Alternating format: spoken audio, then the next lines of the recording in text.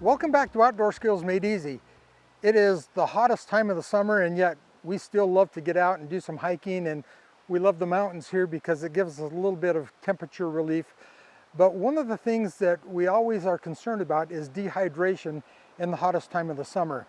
I have some experience and some knowledge about dehydration. Experience comes from lack of knowledge and poor planning, which of course I did. And let me just tell you a quick story. So we were mountain biking and we were on a slick rock trail, and after 6 or 8 hours on the trail, we were totally out of water. And I was so grateful to find a little puddle of water that I could get down on my belly and suck the water out of this little depression in the rock. So not great planning. So we want to talk to you today about how much water you should pack, what you should take, and some of the planning tips. My experience taught me that the first thing that I needed to do was to do some pre-planning using my map. So I've got my Yellowstone map here. There's a lot of water sources in Yellowstone. We're going to map out the trail that we're going to use and see what water sources are along the way. Remember, if you're dipping from water sources, you need to have some type of a filtration system. Here's a basic little life straw. You can just get down and suck the water right out of it. Through that, that'll do the job for you. There are a lot of other great products. Here's one that you can dip the water from one end and then seal it up, and then from the other end you can just drink from the bottle, and that will filter your water nicely. If you're hiking through arid country, maybe through the desert, remember that some of your typical water sources may be dried up because of the heat, or maybe the springs aren't flowing as much that season.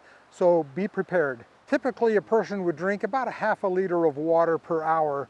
So for demonstration purposes, this is a 1 liter bottle of water to show you how much you need. Now, if you're expending more energy and you're going to go through more water, you're sweating, this may not do it for you. So make sure it's all about personal usage and planning and trial and error.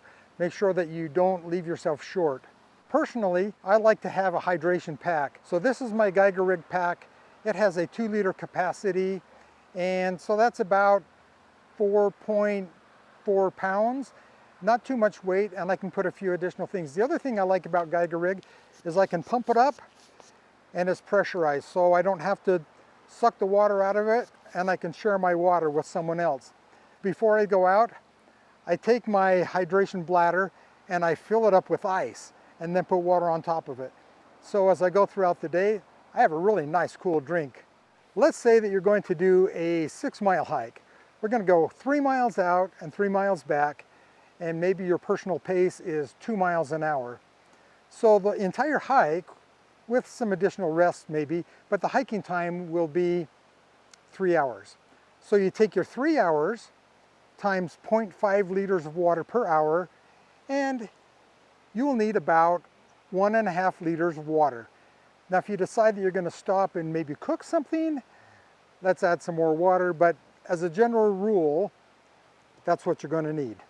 Now let's talk about the weight of water. So we've brought our 2 liter bottle of Coke just for demonstration purposes.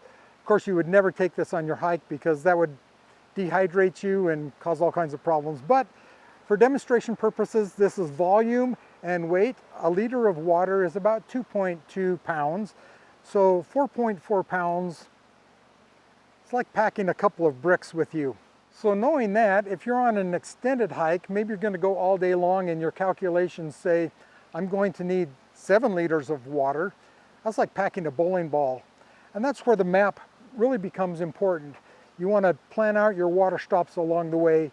And if you're cooking, you're going to need more. So if you're camping, find a place on your map where you can camp near water, where you can resupply your water, filter it, and be ready to go the next day. The whole purpose of this video is just to make sure that you have a great time while you're out hiking, that you stay hydrated, you don't have any problems with regards to hydration. So a few final tips to help you before you go. Make sure you're like a camel, that you drink water, you're hydrated before you start. If you can hike during the cooler times of the day, that's great. Get yourself a nice cooling cloth that you can wet and put around your neck. Wear a good hat, and make sure that you pre-plan all of your water stops. Thanks for watching our videos. We appreciate the time that you spend doing that, and we hope that you're safe on the trail, and we hope that you'll join us again at OSME TV.